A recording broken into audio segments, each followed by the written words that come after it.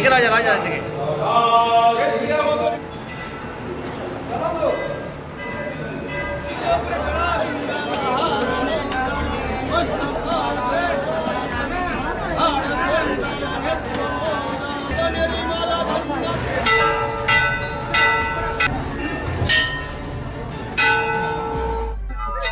आज हूँ कार्तिक मासर द्वितीय सोमवार। यही द्वितीय सोमवार बेस चलचंचल हो पड़ी कटक जिलार ऐतिहासिक शैवपीठ बाबा धवलेश्वर पीठ। समय जिते बढ़ी चलती श्रद्धालु संख्या सेते बढ़ी चलती। हरिबोल हुलहुल कंपमान होची पीठ। आगु को आसुची बड़ ओषा। बड़ ओषा किभली भाव रीतिकांति हम आज बाबा किभली भाव रीतिकांति आलोचना कर आम सहित पूजक अच्छे ना कहे आज बाबा केते पहड़ खोल आगु को विश्व बड़ ओषा से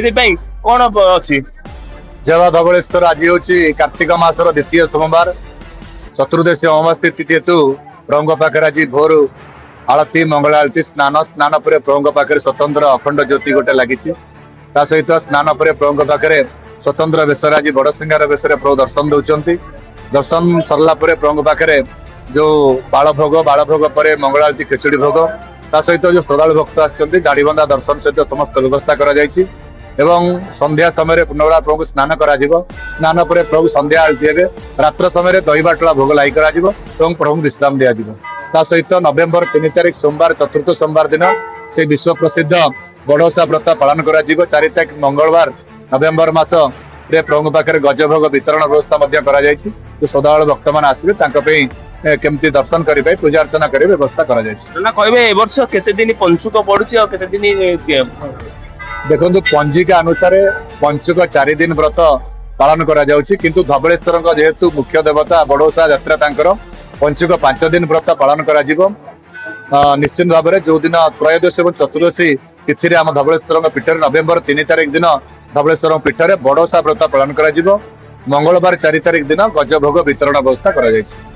शुणुले नना जहाँ कहते बर्तमान आम सहित अच्छा जड़े श्रद्धा कहे आज्ञा कौटू आसी आज्ञा नमस्कार आपण को सर्वप्रथम मु बालेश्वर आसती